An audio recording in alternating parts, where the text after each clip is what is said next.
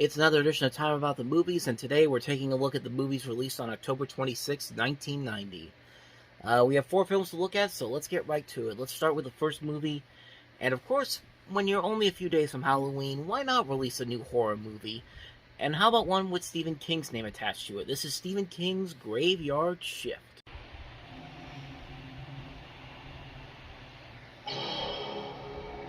Stephen King invites you to venture deep inside the caverns, below the old Bachman Mill.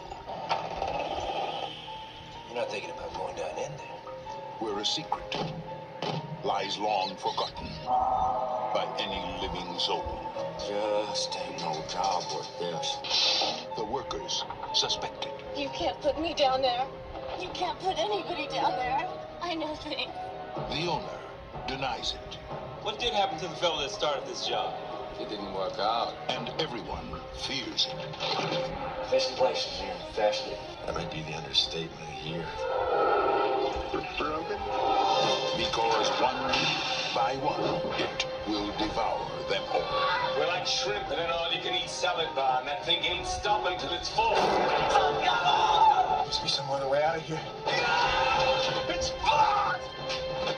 This isn't real. This is the new horror from the mind of Stephen King. Graveyard Shift. Good benefits, early retirement.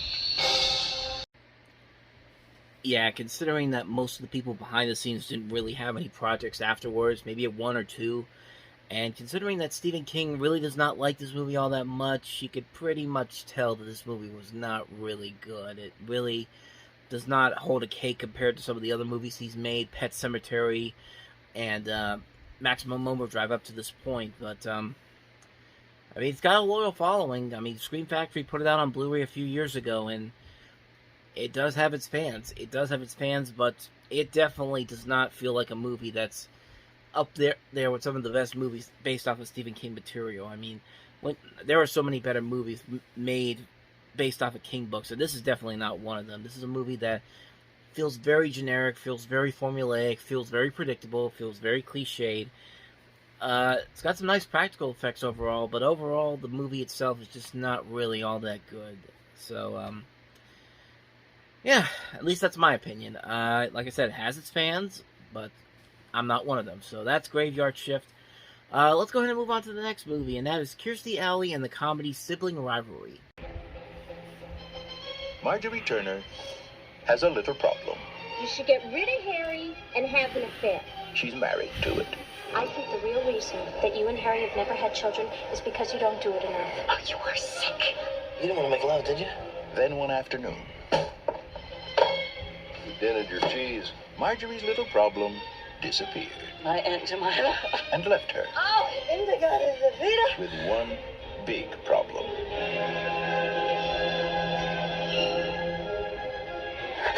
I killed him. Hello? What's the cause of death? He had himself a heart attack. At least he went in his sleep. Hollywood. After. Oh, I hope it was after. Ew. That's disgusting. It apparently made quite an impact on him. Tried to kill himself with a laxative? Oh, Exactly. I've never seen him naked before. I don't like to touch anything below the belt myself. This is highly irregular. I don't think I should be involved in this. Kirstie Alley, Now I have 2 things to confess in church this week. Bill Pullman, I'm excited about it. Carrie Fisher, Wow, look at those kidneys. Jamie Gertz, I like fish. Scott Bakula, My lower intestine repulses you? Sam Elliott, Ed O'Neill, Let's see. Sibling Rivalry. It was not sex. It was good. Yet another Kirstie Alley comedy in 1990 that has a really good cast to it. I mean, Madhouse had a great cast to it, but this, you have, not only you have Kirstie Alley, but you have Jamie Gertz, you have Bill Pullman, Ed O'Neill, Carrie Fisher, Scott Bakula, Francis Sternhagen, John Randolph, Sam Elliott. Just a great cast overall, directed by Carl Reiner, and yet it just doesn't work. It's a comedy that really doesn't know what it's trying to be. Like, it's very much similar to Madhouse. It's supposed to be a black comedy, but it doesn't really feel like they had a good idea of how they wanted this film to go about. I mean, it's a movie that's very confusing. There's really not a whole lot of laughs here. The cast here is pretty much wasted on a script that's not really written all that well. And it just doesn't feel like a movie that was really all that good the way they were setting it up. Like, it felt like a script that needed another rewrite. Primarily just to get better writing in there. Because really, nothing really happens in this movie that's exciting or hilarious or shows how funny these people can be. Because these people can be really funny when given the right material to work with. And this just isn't it. And I mean, Carl Reiner, man, one of the great comedy directors of all time, and he was on a downward spiral at this point, and this was another movie that just didn't work out for him. But, so yeah, that's my quick thoughts on Sibling Rivalry. It's a movie that definitely does not work, so let's go on to the next movie, and that is Tune In Tomorrow. Lowest ratings in Louisiana. But all that's about to change. I just hired us. A grade A, numero uno, no previous owner genius. Yes, the greatest soap opera writer in the world. Pedro Carmichael. And now WXBU's ratings are about to go sky high. That's more important. Life. Hurrah. But it wasn't art. You just copied word for word what we said.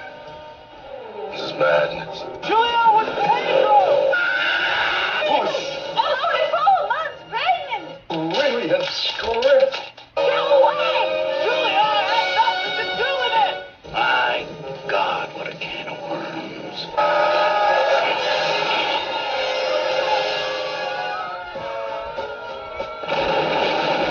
Boy, there's a lot of reality impacting here. Buck Henry, Elizabeth McGovern, John Larroquette, Keanu Reeves, Barbara Hershey, and Peter Falk. Excuse me, sir. There's an Albanian outside, and he's doing something unnatural to your German Shepherd. In the outrageous comedy, Tune In Tomorrow. Another movie that has a really good cast to it. Barbara Hershey, Keanu Reeves, Peter Falk, Dee Dee Pfeiffer, Patricia Clarkson, Henry Gibson, Peter Gallagher, Dan Hedaya, Buck Henry, John Larroquette, Elizabeth McGovern. But much like Sibling Rivalry, it just doesn't work because the script is not really all that well written. And honestly, this is what Soap Dish... This is kind of like a diet version of Soap Dish. Because Soap Dish, I think, did this concept a whole lot better. This idea of the drama behind the scenes of a production. And I think Soap Dish, the year that comes out the year after this, does this movie this idea and this movie a whole lot better. But I mean, it's unfortunate that this is another movie where you have a great cast, but unfortunately the material given to them just doesn't work. It's a movie that really does not work very well, and yeah, that's all I got to say about this one. Tune in tomorrow. So let's go ahead and move on to the last movie, and that is The Nasty Girl. Bitte fragen Sie mich nicht, warum. Warum dürfen Sie mich Eines Tages durfte ich das Archiv vom Filzinger Morgen nicht mehr benutzen. Angeblich, weil die Zeitungen auf Mikrofilm aufgenommen wurden. Aber dann ist alles ganz anders gekommen.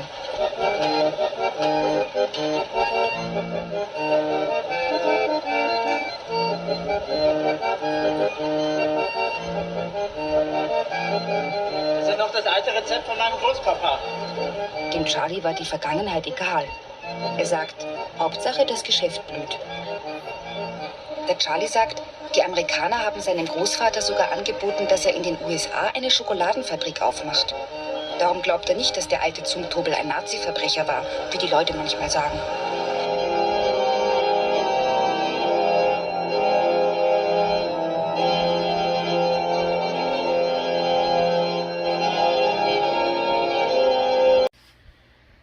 Unfortunately, that was the only clip I could find, and I haven't seen this movie, but I've seen a little bit of some of the imagery here, and let's just say there's one clip that I saw on YouTube where the stock photo they have at the front is a picture of a woman looking at a cat with both of its paws nailed to the wall, and it's just like, okay, so it's going to be that kind of a movie, huh? And like I said, I can't really comment on it because I haven't seen it. It's a foreign film. It's from West Germany, and I mean, it doesn't. From the little bit I saw, it doesn't look too bad. But I feel like it does those little things to try to get a spark from people, a shock from people, but then again, maybe it plays a part in the movie. Like I said, I can't really comment on it, but because I haven't seen it, but just wanted to acknowledge that that came out this weekend. So that's The Nasty Girl. And on that note, we wrap up another edition of Time About the Movies, and we jump into November the next time around. And November starts off pretty strong with Adrian Lynn's follow-up to Fatal Attraction, Jacob's Ladder, Prince's new movie, The Graffiti Bridge. We also have Waiting for the Light, Frankenstein Unbound, Vincent and Theo, and C'est La Vie. I mean, this week overall, we're going to be looking at some pretty good movies, because we're going to go all the way into the end of November. And November 1990 had a couple of notable movies to talk about, some really good notable movies. So we'll definitely have a lot to talk about this week. So we'll jump into that starting tomorrow. Anyway, thank you guys for watching. As always, if you want to see more videos like this, check out the playlist on the next page, check out the previous episode, and I'll see you guys tomorrow for another episode. So thank you for watching. I'll see you guys tomorrow, and until then, take care.